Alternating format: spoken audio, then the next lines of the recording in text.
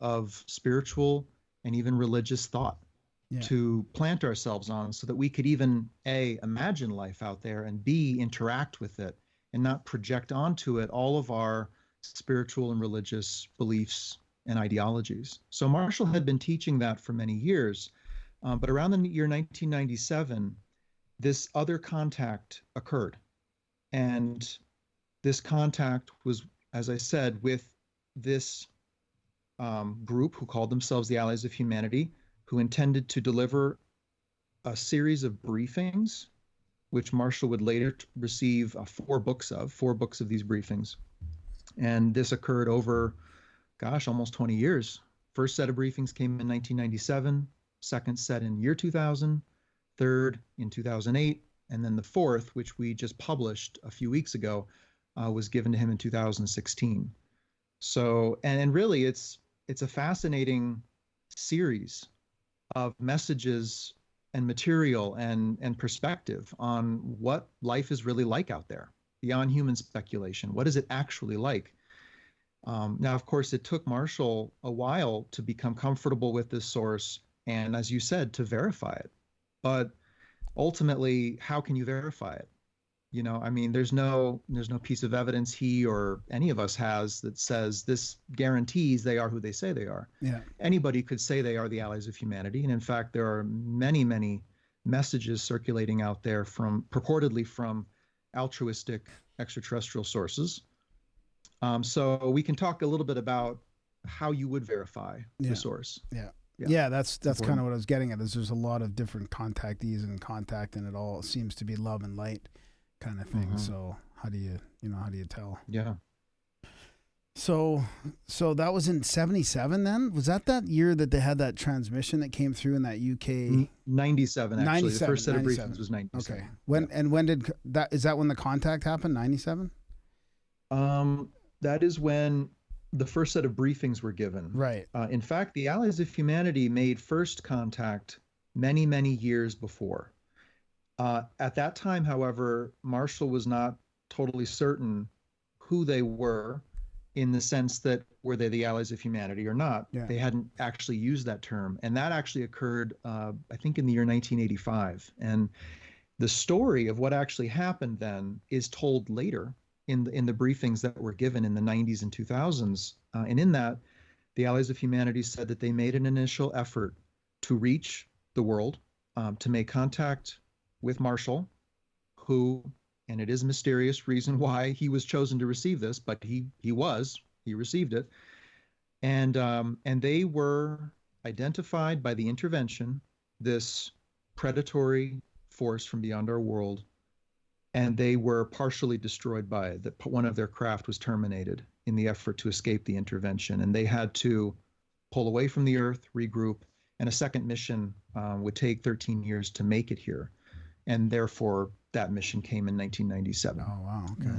Huh. So it's actually a story. And of course I'm Marshall's son, right? So I was around when all this happened. Yeah. So yeah. What was this process like of translating and like actually, downloading the message? I mean, was it like automatic writing type thing, or just through meditative process, or? Well, so back in the 70s, Marshall began teaching what he called self-knowledge and inner guidance. And in that time, he taught that we all have a deeper intelligence, a spiritual intelligence, which can communicate to us and can actually guide us in life. And that this intelligence accounts for many of the gut feelings or intuitions or senses or knowings or, all that. All human cultures have words for this. We all know what that feels like when you have a bad feeling about something, or like, don't go there, or go there, or meet this person. And it ends up becoming really important. And you weren't the one driving that. Your thinking intelligence wasn't driving you toward that. Another intelligence was driving you toward that. And so Marshall taught what he called the way of knowledge, knowledge being the spiritual mind, for many years. And over that time, he began to cultivate his connection with what he later has called an angelic presence or an angelic voice. And after teaching self-knowledge and inner guidance for many years, this kind of remarkable series of events took place in his life where he was called out and away from the city, from his work, from his students, called to wander, and by this voice that he had been slowly learning to hear within him. And this voice instructed him to wander for this period of 9 months. And after 9 months, this voice came to him again, but in a very powerful form, almost like an initiation. And it commanded him to begin to record their messages, this voice's messages for humanity, right, saying that these messages were key to people becoming aware of the greater panorama of life beyond our world and prepared at the mental, emotional, spiritual, physical level for that. That's what this voice intended to communicate. So Marshall, I mean, he was in the desert. He had pulled away from so much at that point, and so he surrendered to that command, and he began to record. And what he recorded through his own voice, but in a state of revelation, really. I mean, this was not Marshall, thinking about things or prescripting or even conveying an entity. This was a download from not one entity, but really an association, what you could call like an angelic assembly, coming through him to deliver these revelations. That's what they call them.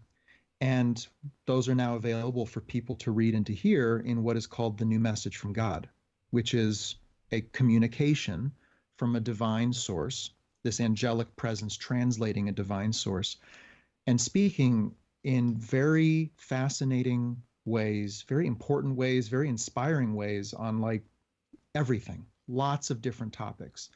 But first and foremost, and at the heart of it all, is the reality of what they call the greater community, this universe of intelligent life that we live in, that has always been there, always been the backdrop to humanity's long evolution, and that now must become our concern.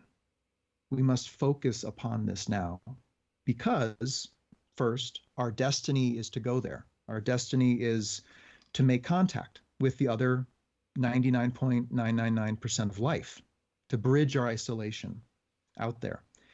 And then second, because that life is already here. So contact has begun, not on our terms, and not necessarily by those who are the friendliest in the universe, but simply first contact with those who have made the long journey to Earth to involve themselves here. Yeah.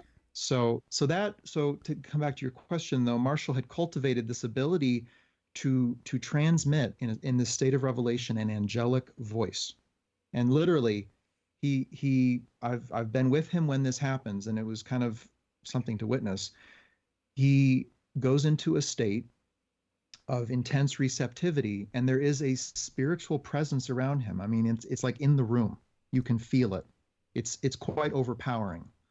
And for me, having been there, it's almost challenging for me to think coherently while this is happening. It's almost like this massive electromagnetism or something is in the space, displacing, a lesser intellect. A greater intellect is displacing a lesser intellect. And what comes through is what is in the dozens of books, that some of which we've published, others not. But when the Allies of Humanity came in 97, it was really the same process. So Marshall had laid down this receptivity, this ability to really open up his mind and his voice to transmit the communication from the angelic source. And now came the briefings from an extraterrestrial source coming through in a similar way. Oh, I see. Okay. Yeah. It's interesting how we put all that time into the researching and the studying of how to use your intention and how to basically, I guess, block out your ego or not listen to your thoughts, like you were saying. For Marshall, I don't think he studied. I don't think this really didn't come from him, even in the beginning. It's funny. I mean, sometimes you get pulled into a greater movement of things, of life, of purpose, and it's almost like you didn't even plan for it, but you were willing to go. Something moved you in life, and that's what happened for Marshall way back in the 70s, and he stayed with that Yeah. And it's kind of it's an example of what we all can experience. I mean, we're all meant to move with that greater movement of life, which has intelligence and direction. It's purposeful, it's relational, it brings people together, not apart. Mm-hmm. So we're all meant to participate in that. And, you know, my father's life is an example of someone who did. Yeah. It's funny how those people who do tend to have those extra abilities are those people that tend to be able to get that ego out of the way, or whatever you want to call that thinking mind. I mean, I think it's the ego. I mean, it could be something else, but I know what you mean about being able to get that out of the way and being able to have something else come through. I've always kind of considered that as being more self, or, you know, your actual self or your authentic self. I've never really thought of it as maybe being an entity or a channel, I guess. But maybe he was, you know, working with the way of knowledge so much that there was that opening there for the angelic like presence, the or Akashic the ET record presence, or whatever, you know. Yeah, you could probably access everything once you get in there, and there's just this giant river of whatever that you got to go with instead of against. Or Well, and one note of caution there is, you know, and especially those who have extra sensory or psychic abilities, you want to be careful opening yourself up to the river of stuff out there, especially with an extraterrestrial presence in the world who are technologically and psychologically well beyond us in capability, because one of the activities of this intervention is to influence the environment of thought in the world, what the allies of humanity call the mental environment. And we can talk about why. Yeah. And second, it's to transmit into the world messages from purportedly positive alien sources that promote extraterrestrial intervention, spiritual, religious, political, technological intervention. So basically promoting the belief that humanity is incapable of fixing our planetary problems. We are incapable of governing ourselves. We do not have the technology to meet the needs of the world. And there are evil humans or groups or secret associations that are controlling everything. And therefore, all in the end, we need an extraterrestrial power to come to the world to bring us what we cannot provide for ourselves. Yeah. And there are many of these messages, and they're all nuanced, and some of them have truth, wedded with falsity. But in the end, the power, where does the power go? It goes away from human beings and towards an extraterrestrial being or leadership. So you have to be careful opening yourself up to that river. Yeah, I will say that. Do you think that it started with, you mentioned decades ago, and I wonder about some of those contact memes or theories about when it happened and how it happened, and back to the, you know, the nuclear bombs and explosions from the, you know, the 40s and all that. I wonder if that's when that started. Yes. So the Allies do talk about when this intervention started and why, and they do reference the use of nuclear weapons and the World War itself, World War II, as one reason they're here. But that really is secondary to another reason. The real reason they're here is because they desire this planet, its environment, its resources, being a very rare planet in the universe, a universe of, you know, largely barren worlds out there.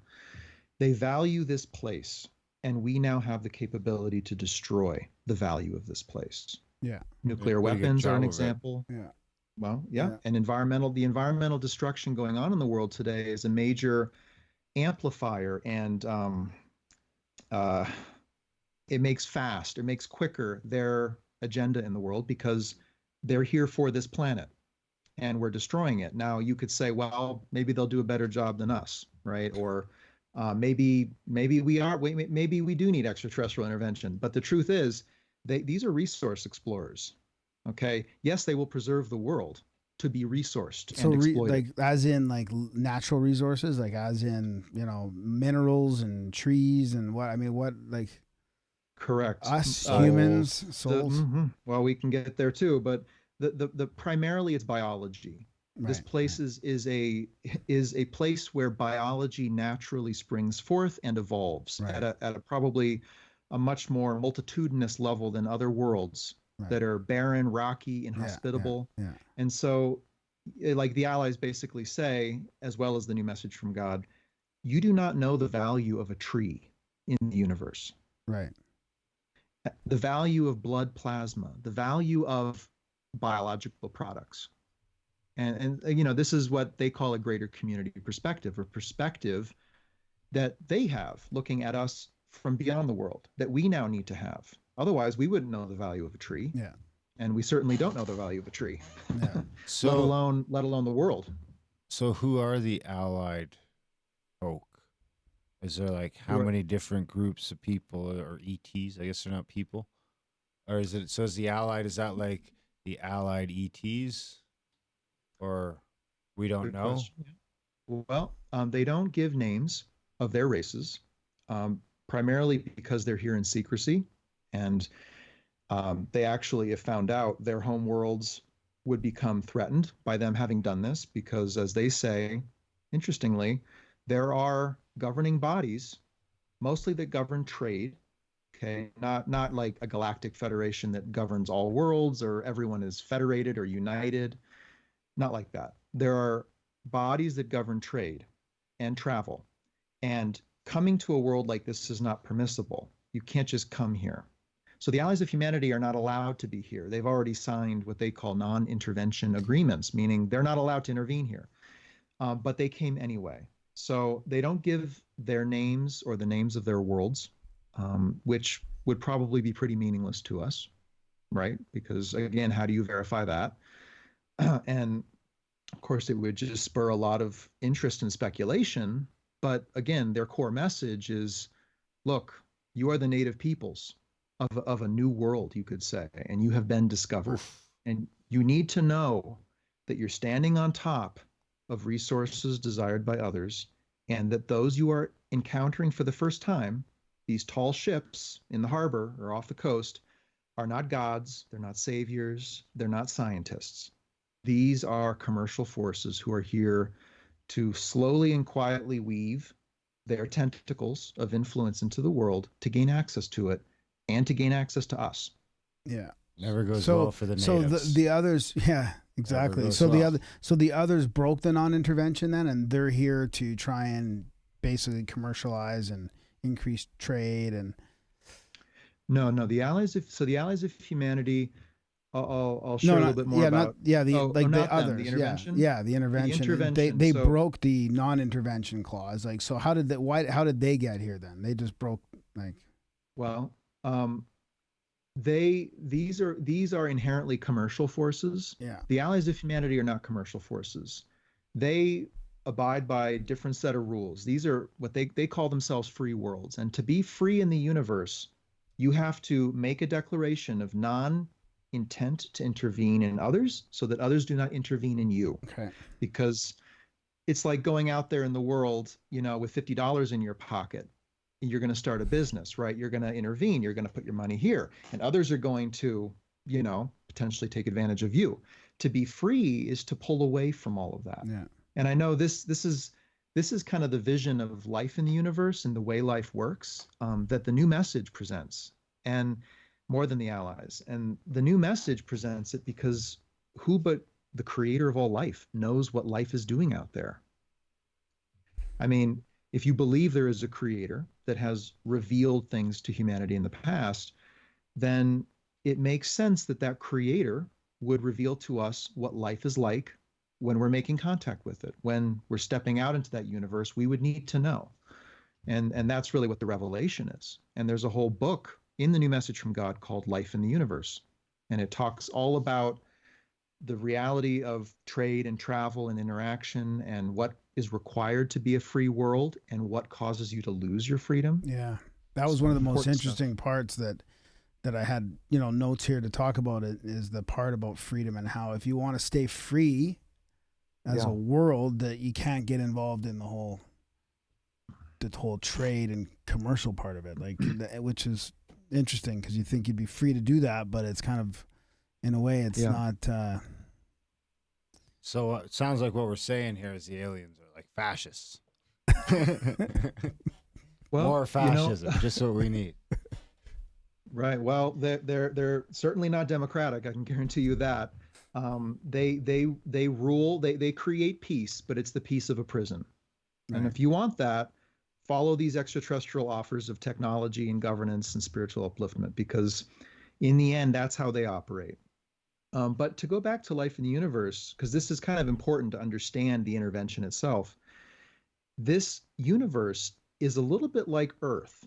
Okay, it's nature, it's a natural reality, so it kind of makes sense. It's life forms competing for finite resources, for space.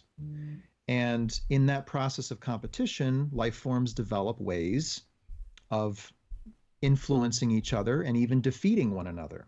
And in the universe, force is not really used like we would think of it. Rather, it's influence of the mind, because forces beyond our world have learned that it's very costly to take over worlds or destroy races and all of that. War is extraordinarily costly, something we're slowly learning.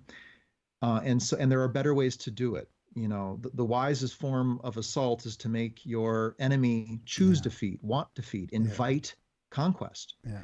And so in the universe we live in, it's kind of prosaic in that way. It's a competitive universe. There's good and there's bad and there's everything in between. But when it comes to trade, that is really kind of governed by these trading bodies, what the Allies of Humanity call the collectives. And they are hierarchical. You would not want to come in contact with them, and you would not want to be a part of one, is how they depict it. They are cunning and unscrupulous, and they view us, humans on Earth, like cattle on a wealth of resources, wandering around the planet. And they would be happy to come and displace us, or actually use us to gain access to the planet. Yeah. So these are the collectives, and that's what stands behind the intervention, are these collectives. And the Allies of Humanity describe them as multiracial. There's more than one here.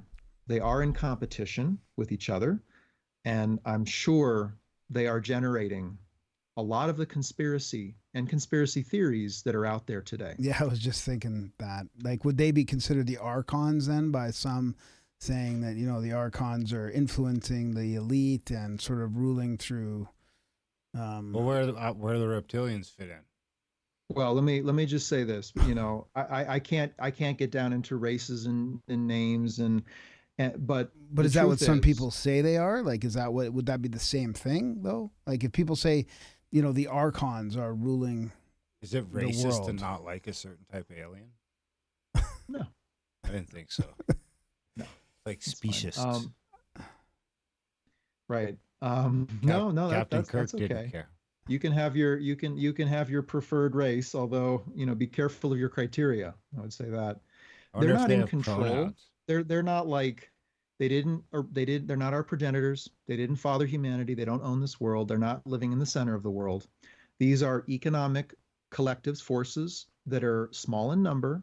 They're not military, that have come to our world and have basically made promises over many years to different governments, different people, entities within religion, commerce, and government, all three, promises of peace, power, and technology.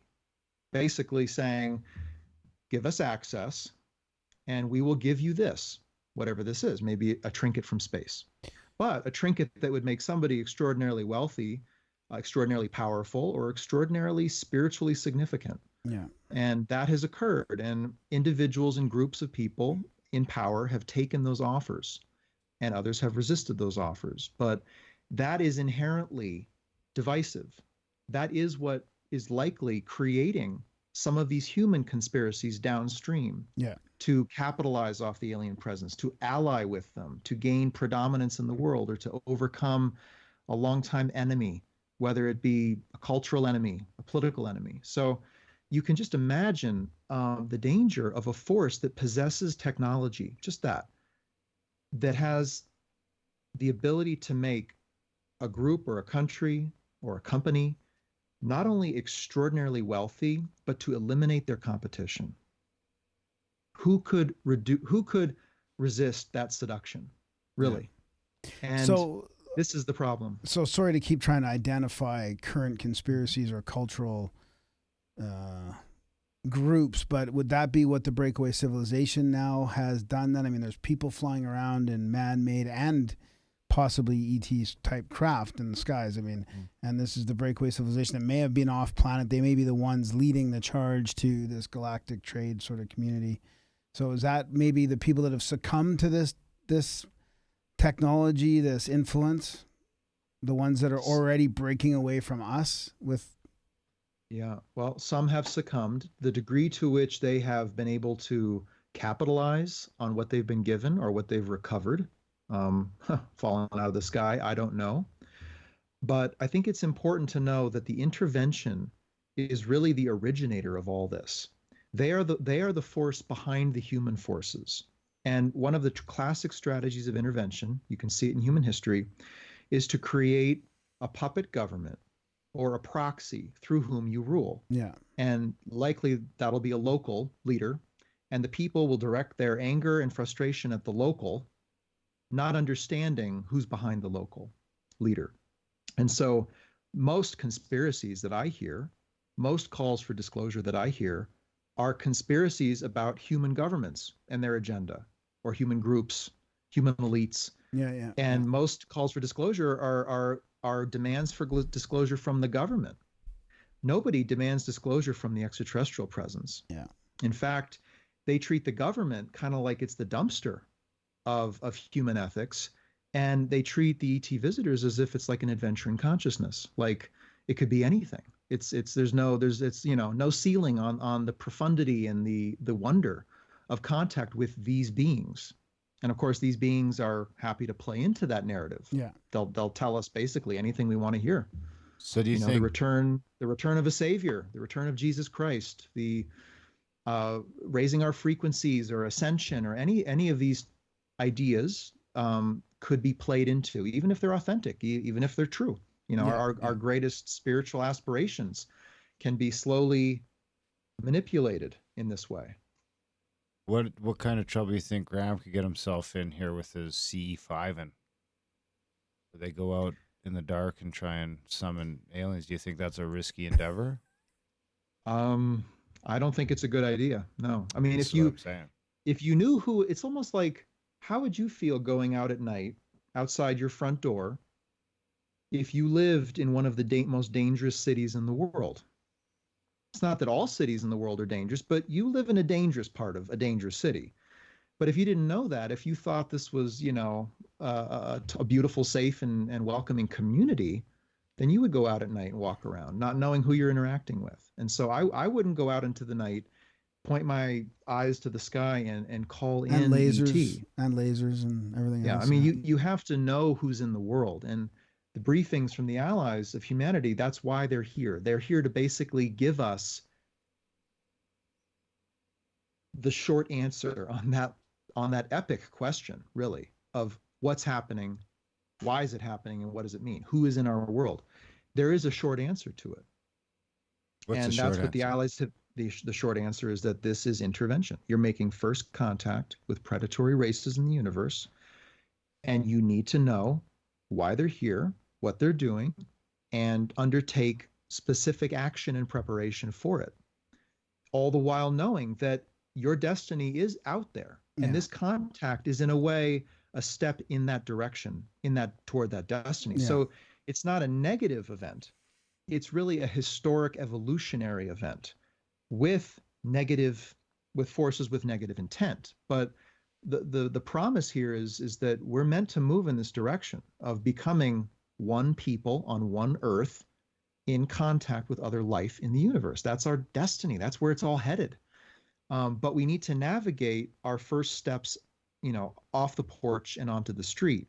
And our picture of the street is way different than what it really is then. That's what you're saying. Our picture of the street is different. Like, this is like, to be free, you can't, engage in this. And if you do engage with it, you're going to end up being caught up in, like you said, you're free, but you're in a cage in a way, Exactly. I mean, it's, I think of some of these parts of the third world where young people are struggling to have a normal life, like to go to school, be a kid, because there are gangs in their neighborhood. And if that gang identifies that young person as a resource, they will do anything literally anything, thus, prompting a significant refugee crisis even on this continent.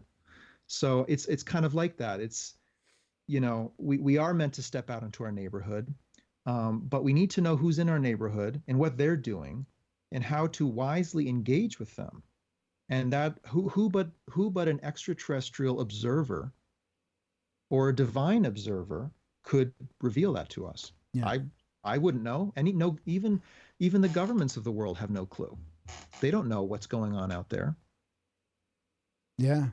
Well, it's one thing I found about the writings is they're not partisan, right? Like they're not saying, follow this government or this type of group, or even it's very even as far as environmentalism goes, it's not dogmatic really. It's and so what.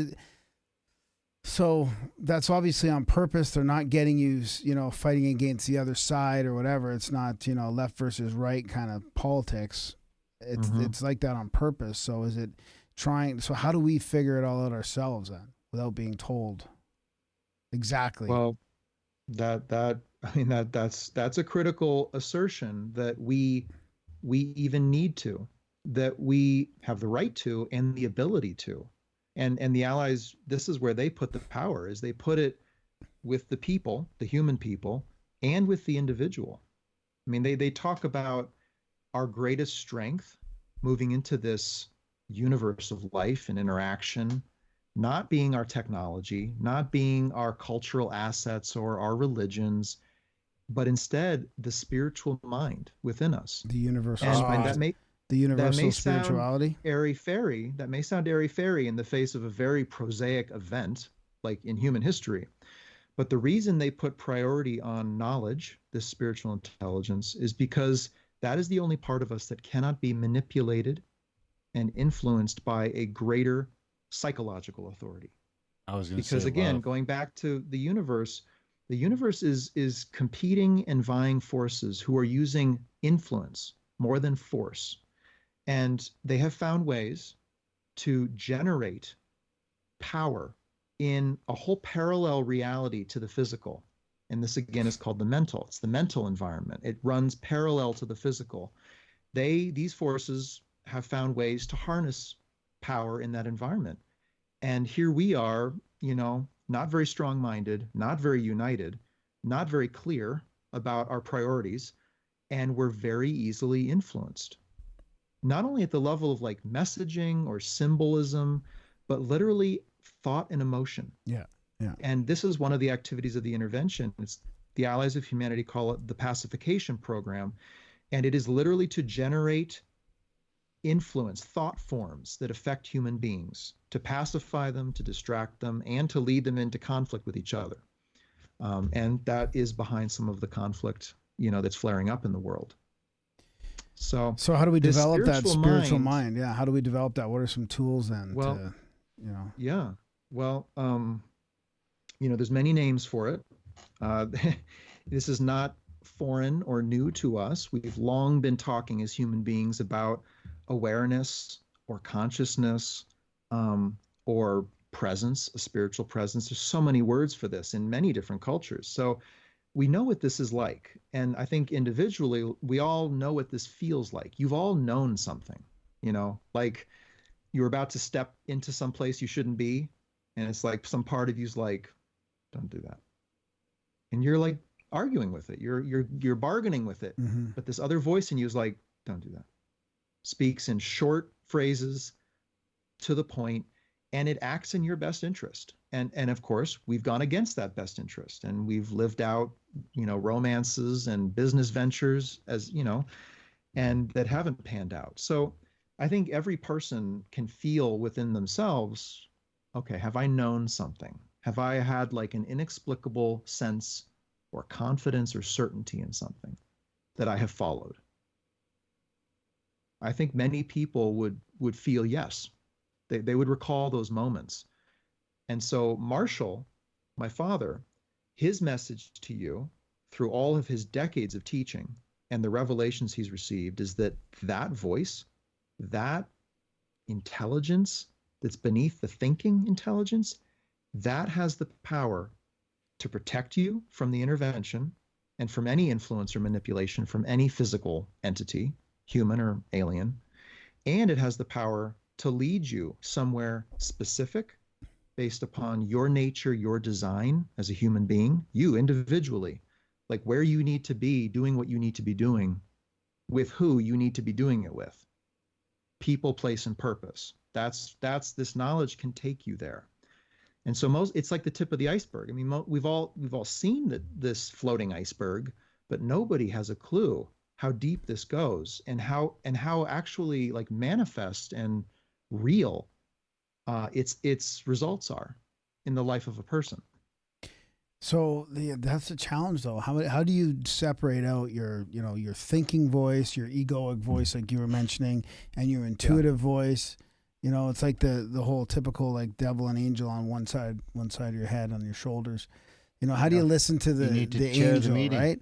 So, because Darren and I were talking about that book you read recently called Surrender or whatever, where it's telling you to not listen to your voice, which I think it's saying the same thing as he's saying, is you don't listen to your egoic voice, you listen to that intuition. But how do you tell the difference between that? I mean, that's the trick. For me, I can barely feel stuff in my body, like, or feel, how that, like we were talking earlier tonight about feeling those emotions in your body, and you got to feel it instead of think it. Yeah. Does it feel? It's not easy. And even if you can't tap into that exact emotion, you can usually tap into whether it's a positive or a negative feeling. Like, but when your fear tells you, like you're scared to do something, that's probably not your intuition. That's just your fear response, Yeah. Well, I mean, to be totally honest, it's a journey. There's no like instantaneous enlightenment or quick step you can take that's just going to get you there. DMT or some like easy maxim, some aphorism, that you can say that just makes it so. We've lived apart from this this knowing mind for like a lot of our lives. And so it'll be a journey of some years to get back in contact with it. Yeah. But really, I mean, that's at the heart of Marshall's teaching. And, the central book of it all is called Steps to Knowledge. And it is a book of daily practice, specifically right in answer to this question, which is, how do you actually find this experience of knowledge, hear it, and then follow it? Like, really, how do you do that? And so that's why there's a new message from God. Yeah. That's why Steps to Knowledge, the book of practice in the new message, was given, because the world is a noisy place. It's a challenging place. And more than that, it's undergoing forms of influence now that make it very challenging to feel knowledge, to feel the spiritual intelligence. So I think a pathway is needed. And that's what Marshall has given his life to receive and to teach. It reminds me, it really does. I think that the whole Buddhist thing of mindfulness is a way there as well, which probably is overlapping with what you're doing. I mean, once you become aware of those thoughts and separate yourself from the thoughts, like you're the awareness behind the thought. So maybe that's where you're getting that message from. Yeah, that's like the first clue, is that if you can observe those thoughts, then you're not the thoughts. Exactly. Yeah, that's the kind of little mini breakthrough you get. Yeah. Yeah. So is that part of, like, can you give us an example of something that's in that book on the steps to knowledge? Like, what is there, like an example of the meditative practice you might do, or what something? Sure. Well, I've got it right here, PDF. I'll open it up, and it would seem like there's people all over are tapping into this in different ways. Like, athletes are maybe getting there with flow. When athletes or high-level athletes sort of get in the zone, they're not really thinking about what they're doing. There's no way they're thinking about. I mean, I was even watching some videos of some guys skateboarding last week, and it's like, those guys are going at such a rate. There's no way they're thinking that fast. Once you've practiced it enough, so it's second nature, then it can happen in that flow state. I think. I believe you have to have a certain amount people of are meditating, attributes and practice, psychedelics, or I think there's probably like a dozen different avenues that people are using to get to that same sort of state. I mean, for some people, it's as simple as driving down the highway. You can get to the point where I think when you get to that thing where you've forgotten about 100 kilometers, that's because, your ego took a nap, or your thinking brain took a nap, and you were, Yeah. Luckily, not in the ditch. Yeah. Well, you're right. I mean, there are many forms, or there are many, I mean, there are so many ways to experience knowledge. I mean, you can experience it through your body. You can experience it certainly in your work, your relationships, spontaneously. I mean, it's not, knowledge is not Christian. It's not Muslim. It's not of a certain religion. I mean, this is the universal spiritual mind at the heart of all sentient life. And you are sentient.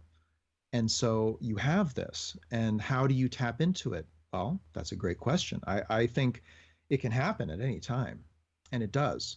But in order to make it not just a random every month or two experience, or every year or two, 10 years, you need some sort of practice. Yeah. You need some sort of way of knowledge. So that's, again, what Marshall teaches, the way of knowledge, which is the way of living in contact and in connection with this knowing mind. And more specifically, in the way of knowledge that Marshall teaches, it's the greater community way of knowledge. So it's, how do you follow the way of knowledge in the world at a time when it is undergoing contact with a greater community of life? Yeah.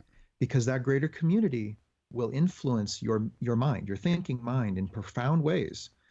It will influence the landscape of humanity, all areas of our society. And so to function as a person of knowledge, or a person motivated by this spiritual intelligence, you need potentially a unique preparation for that. So is the spiritual intelligence, is that like unique to humans?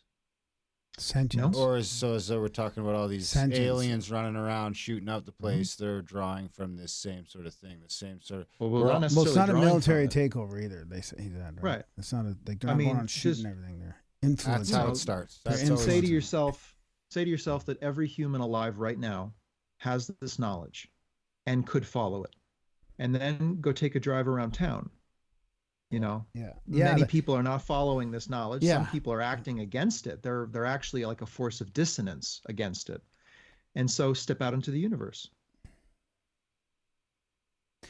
I was going to say that so much has changed since he's been teaching this over the last couple of decades. I mean, things are more distracting now than ever. They're more polarized than ever. So the challenge is getting harder and harder. I can see like if I was to be on board with that, then it'd just be like, I could totally see that. I mean, then that just means that they're, running the film industry and the television industry. And then, you could easily see how there's an evil hand at play that isn't just humanity.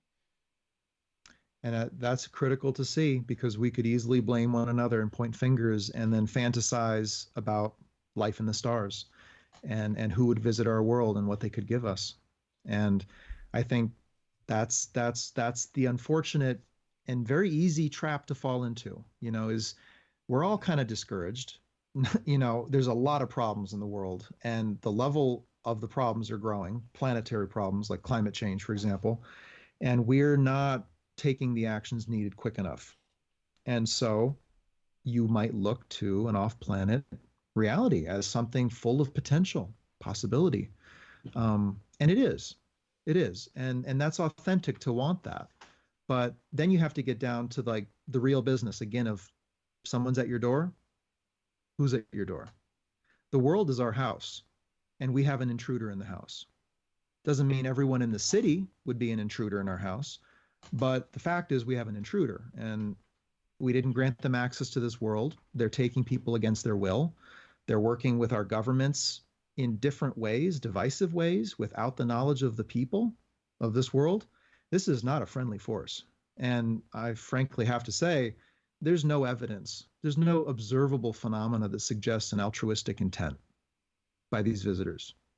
This is divide and conquer in a very subtle and intelligent way, without destroying the environment or the people. So we have to deal with the intruder. And the new message talks about then what comes next. Well, once you do that, once the intervention, we say no to that intervention, we take the steps required to eject it from our world. What happens? And that's the vision that the new message from God provides. That's a divine revelation about where this race is headed, the human race. I mean, why are we in this universe? Now that we know we're in a universe of intelligent life, what do we do? Where are we going? And that very inspiring vision is what's presented. So is that like a 50% thing? Is it like that's how it works? If 50% of humanity wakes up, or for lack of a better word, Less than that, a lot less than that.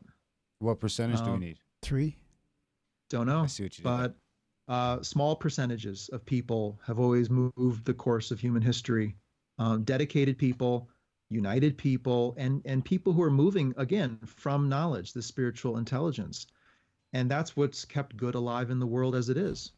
Humans being So better humans. humans following this deeper motivation within them to do good, not to think good, not to, try to change the world and make it better. No, to serve others, to help others, to give in ways that they may not personally have given, but they felt moved to give. I mean, there's so many examples of that. And it's every time you hear about that, somebody jumps in the lake to save a drowning child. Um, somebody goes across a border to help people not of their own culture or community. I mean, somebody acts out of that motivation. It's like, wow, it's like a light in the world. It's like, wow, there's hope. Yeah. These days, I would And say that just smiling at the guy that pumps your gas and looking him in the eyes is like a little bit of that. sure, absolutely, goodness.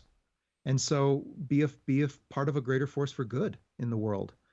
But you don't do that by adopting a partisan position or a philosophy or a political agenda. Yeah. You do that by connecting on the inside. I mean, it all comes down to where are you coming from? I mean, if you're here in the world to take advantage of opportunities and push an agenda that would benefit you personally and align with a group or a leader that would benefit you personally, I mean, it's logical self-interest, right? And fear of loss. It's a big motivator. Or on the other side of the fence, it's another motivation for us being in the world entirely. And this is kind of the motivation that brought you into the world. This is why you're here in the first place. Because in the new message, it's said that we have come from a spiritual family beyond this world to manifest ourselves here at this time to give in a specific way with specific people, to give, to serve. And if that becomes your motivation, so I take 5% of humanity motivated by that. I take 2%. And that would solve a lot, because people being moved at that level, they're not going to use and abuse the environment. They're not going to promote human war and conflict of one nation over another. And they're not going to acquiesce to an intervention that's making claims upon this world and degrading our own sense of self-worth and native value. They're not going to believe that either. And so in a way, it's this knowledge within us and connecting with it, learning what it feels like and sounds like within your own mind and following that. That's the answer, which then leads to many answers, because knowledge, like I said, it leads to very manifest solutions, very real, tangible. This is not airy-fairy spirituality. This is like trenches spirituality. Aliens or not, I believe I agree with that 100%. What do you agree with? That whole statement that you just said about serving, the giving, and Yeah. with or without aliens, that would make the world a whole lot of a better place Absolutely. pretty quickly. And basically what differentiates the allies of humanity from those others who are here is that that's what moves them. That's why they're here. Any Otherwise, chance they're scamming us? possible. Oof, I you never mean, know. They You could be have to manipulating our keep your eyes psyche. open. Sure. Well, but when you go read the briefings, feel the tone of the message. See what they're talking about. Is it even plausible? Yeah. Because some of these ET messages are not plausible. They're just claiming the moon and the stars and everything beyond and just expecting us to believe. Whereas the allies of humanity are saying, here's the position of your world. Here's the natural universe you live in, and here are the forces you'll have to contend with. And in the end, only you should claim ownership of this world and find a way for yourselves. Only you. Humans have to generate the solution. Yeah. We, the allies of humanity, make no claims. We want no association, trade, or any other self-interest. There's nothing like that. It's basically their message leaves us with what we know we need to do. So could that be manipulation? It could be, but why? I mean, who would come here and deliver a message that basically says your planet is at risk, your spiritual intelligence is your greatest gift, and you need to act now for your own survival, and only you can secure it. So unite, preserve your environment, and become a race of people who are united and inspired, because that will help the universe once you step out there. I mean, that's their message. So, and how do that feels valid to me.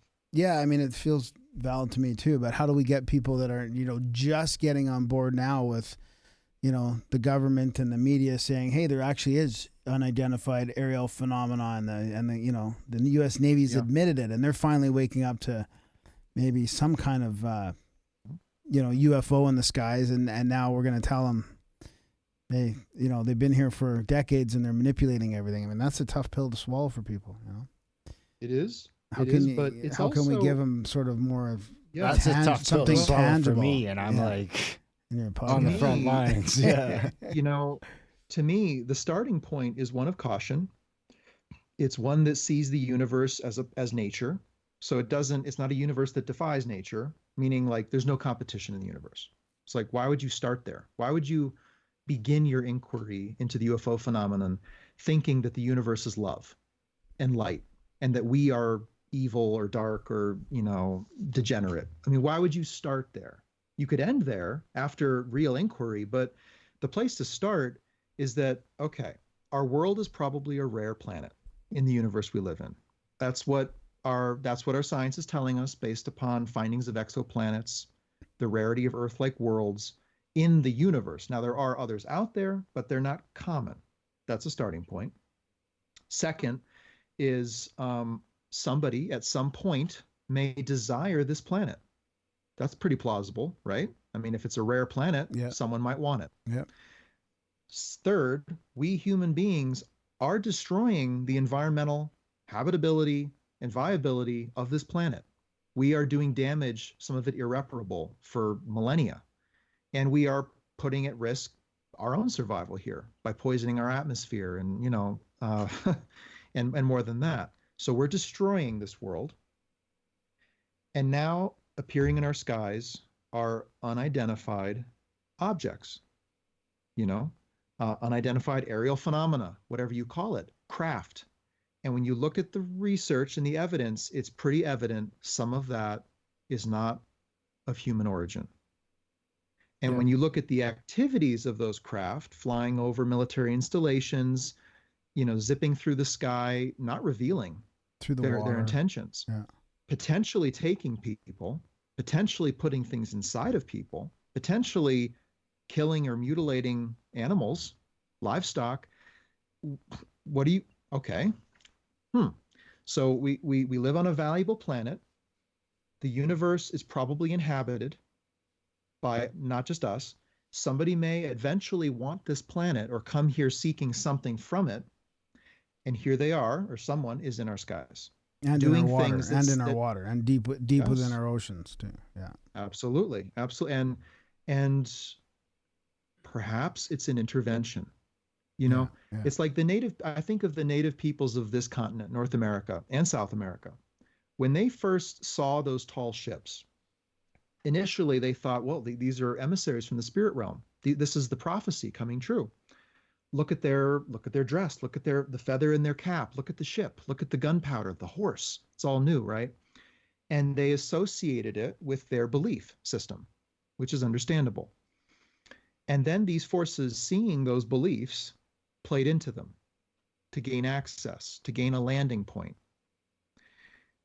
All it would take is for someone coming to the chiefs of those villages or those dispersed tribes and saying, look, I know you think this or believe that or want that. This is who they are. They're here to take your land. They are. Sorry. And that's what the Allies have done. It's a message.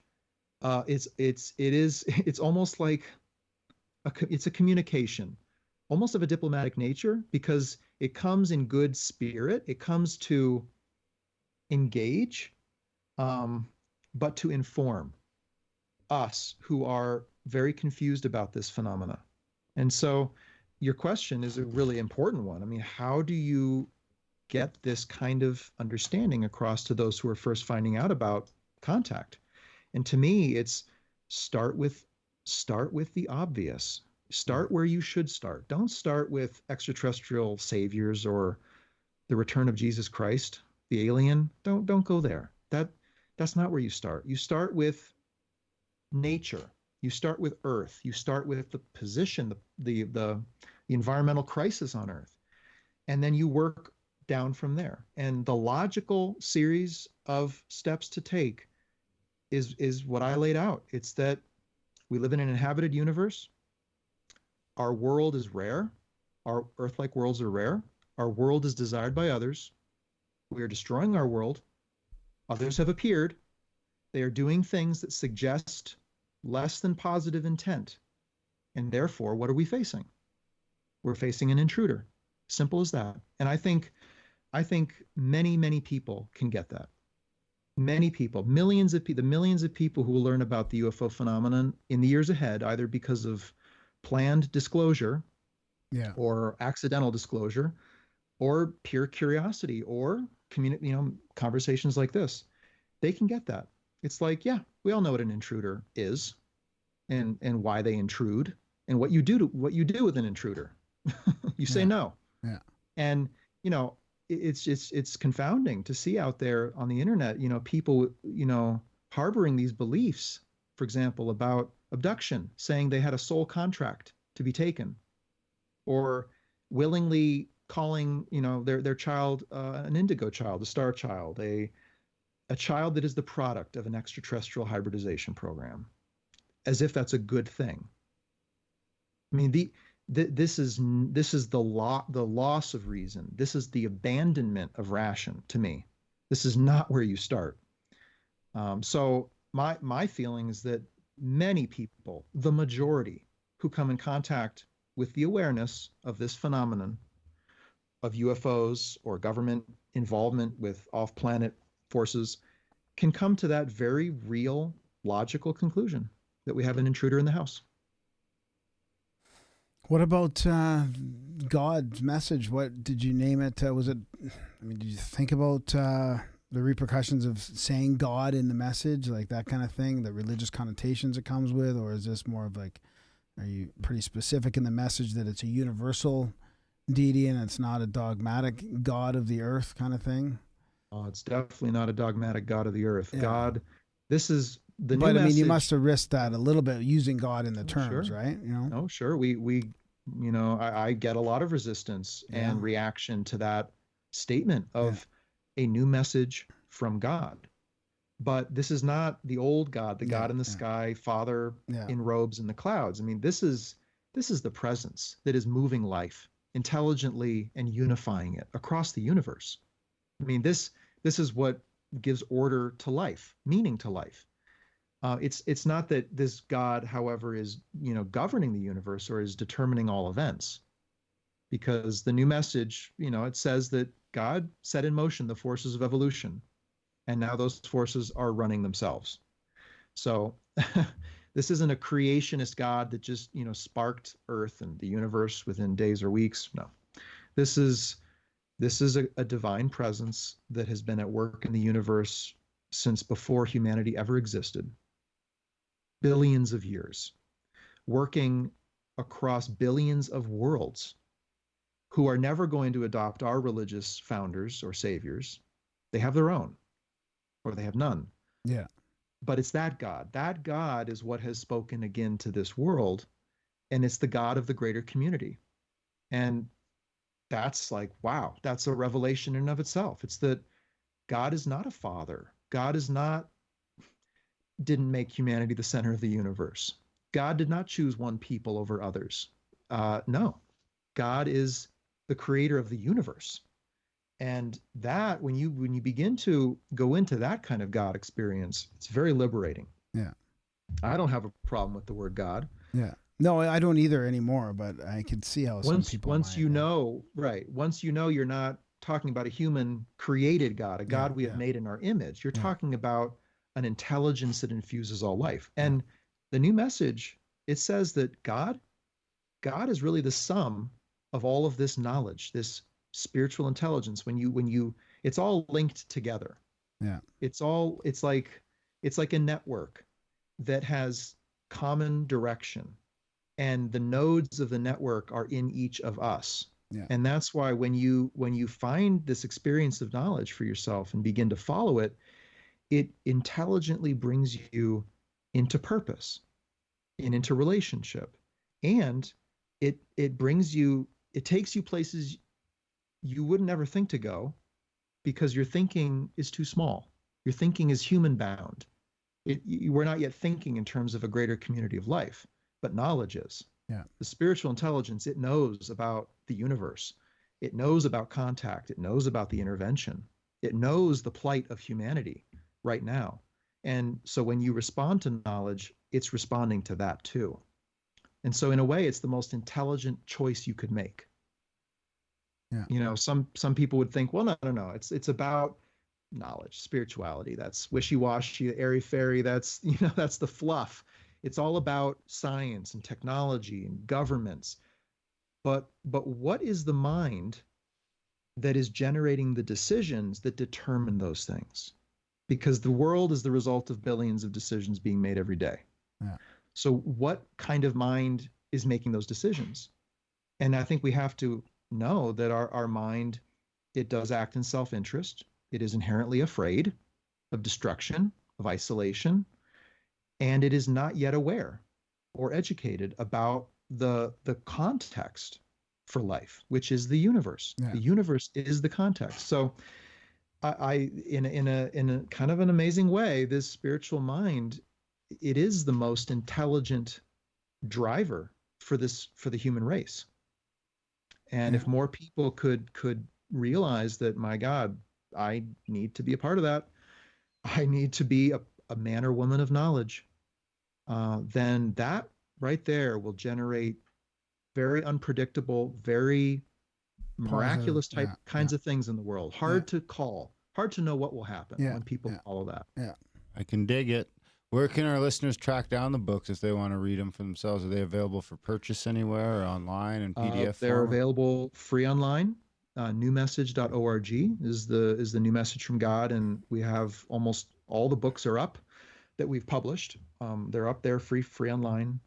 Steps to Knowledge is there. And the Allies of Humanity briefings are also free online, all 4 books, and those are at alliesofhumanity.org. Are those available in audio yet? The New Message, well, the New Message is the more recently revealed message is available in audio form. So you can, there's hundreds and hundreds of the original MP3s of this voice, this angelic voice speaking through Marshall, my father. Oh, wow. Perfect. That's And great. so what you see in the books is what happened after he hit record. Wow. He hit record. This presence descended upon him and our family, and it spoke. And afterwards, he doesn't even often know what it said through him. And what it said is extremely coherent and reasonable and logical and mysterious and inspiring and modern. This is not the old God of the clouds and the skies, and the throne. This is a presence, an angelic presence communicating a divine intent. And that's what the New Message from God is. Right on. I do have one last question. Oh boy. It might open up a can of worms, but Here it comes. I don't want to drag us through this polarized trap, but how do we navigate the complex waters of stuff like climate change? Because, they're about to start spraying. No, let's just bear with me here, because it's not as simple as you think. They're about to start spraying chemicals in the air to block the sun because of the supposed warming.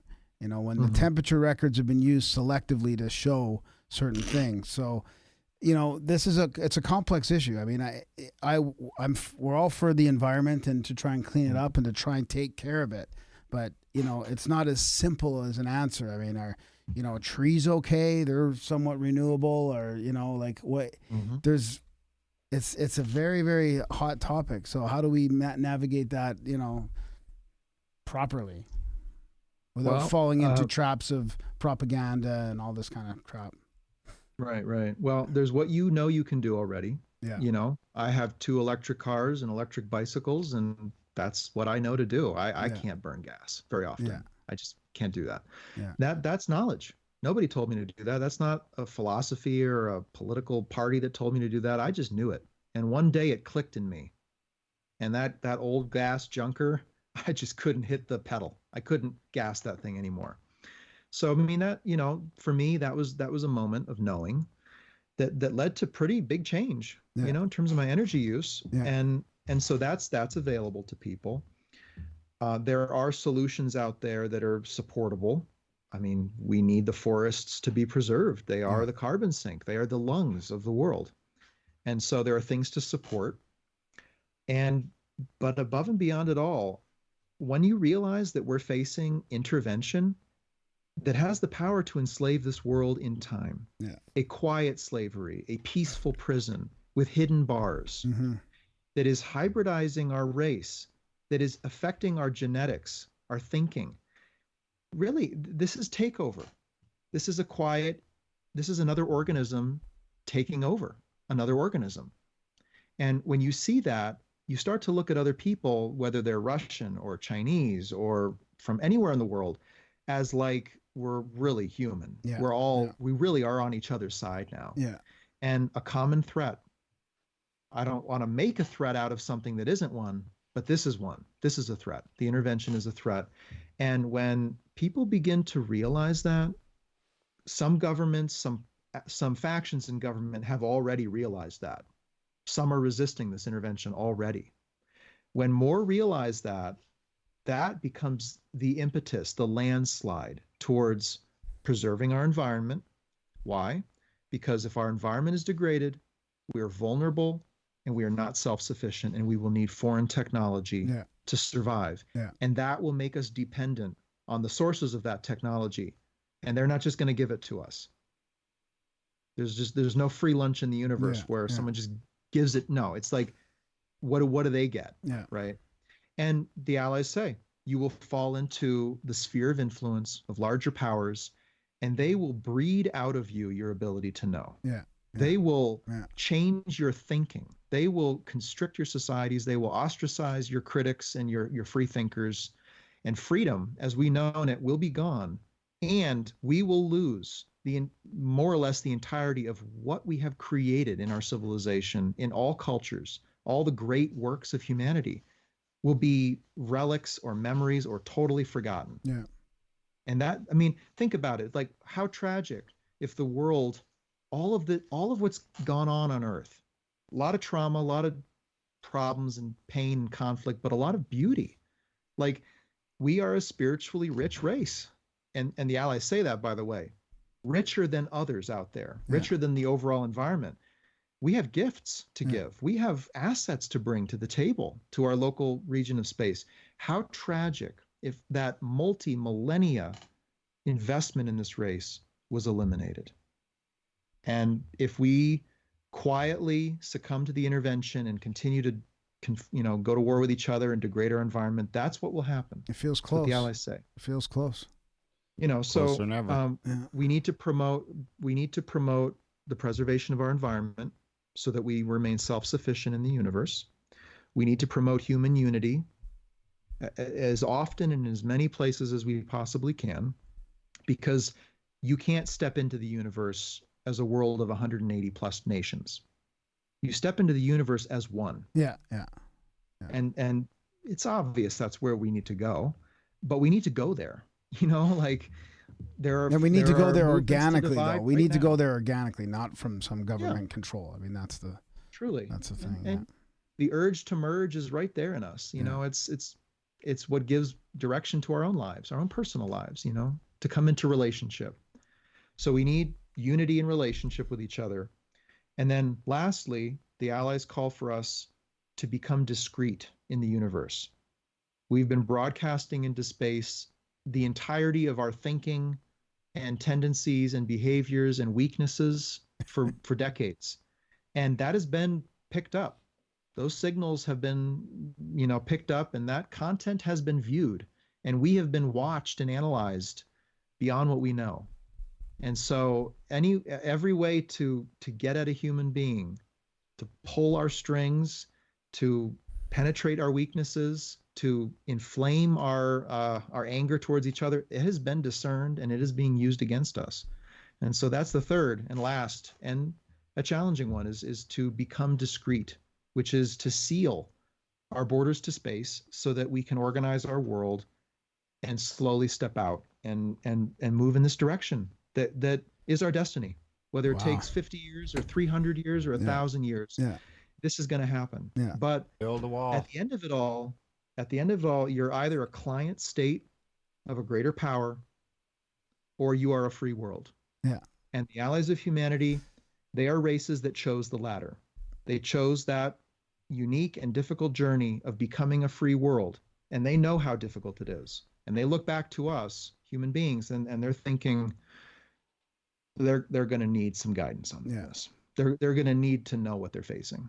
And so that's really what the briefings are. I mean, they're an act of, they're like bequeathing wisdom from a race that's gone through something to a race that hasn't. Yeah. Just like a human being, like an act of grace or wisdom would be someone who's been through life to give to someone who's about to go through life. And of course, but they don't give that young person the answer of what they need to do with their life.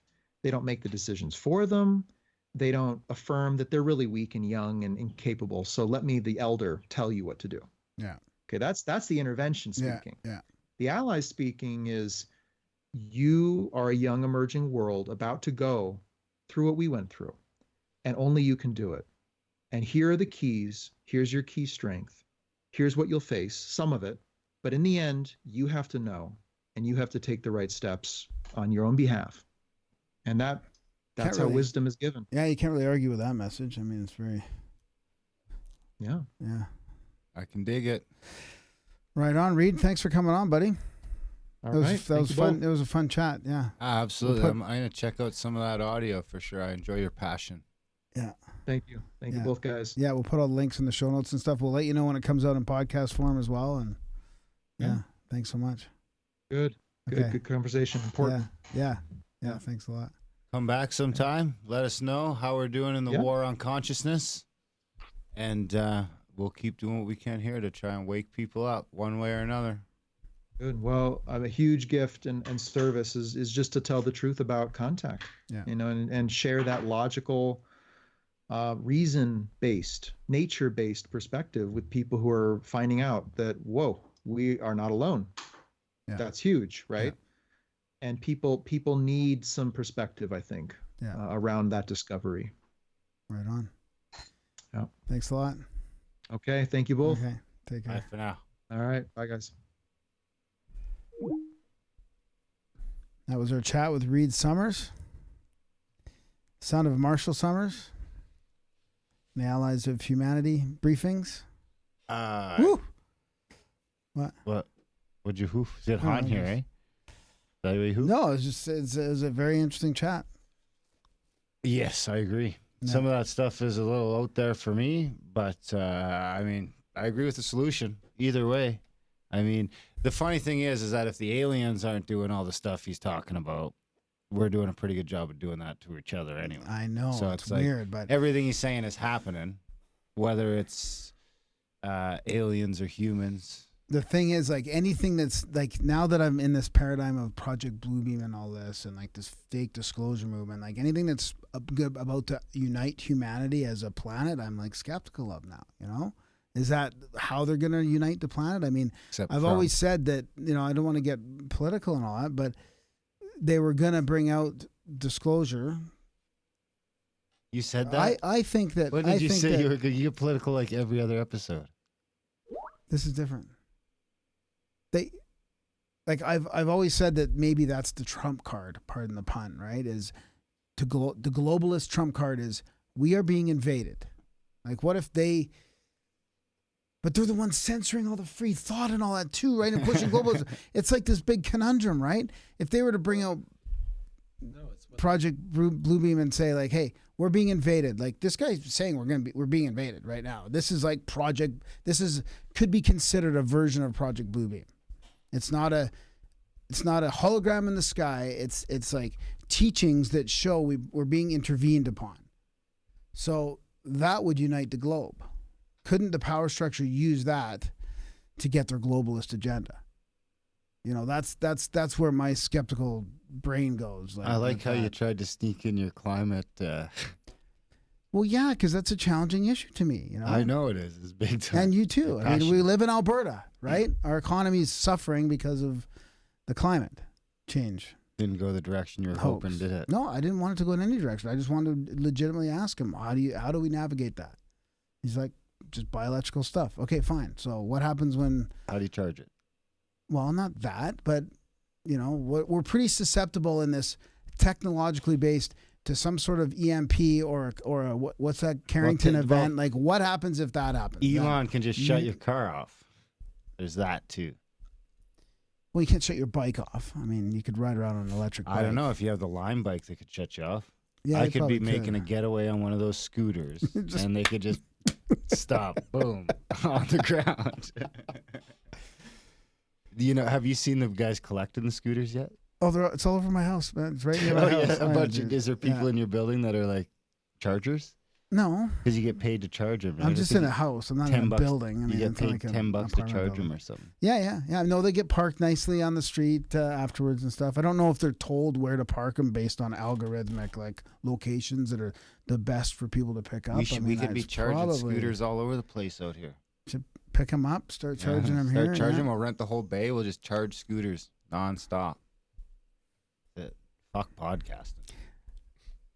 So, anyways, that was a great chat. It's interesting for me because I'm going out making contact, right? Wow, you're part of the problem, buddy. I'm part of the You are causing problems. You're probably like you're giving away our secrets. Yeah, I'm not being very discreet. Hey, come and see us. Yeah. Come and make contact. Exactly.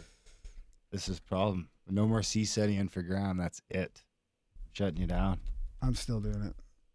We didn't get to talk about my squatch, and we'll have to do that next week. Oh, yeah, that's right. Anyway, big thanks to Reed for coming on the show. Big thanks to you guys for listening. Even bigger thanks to those of you who support the show.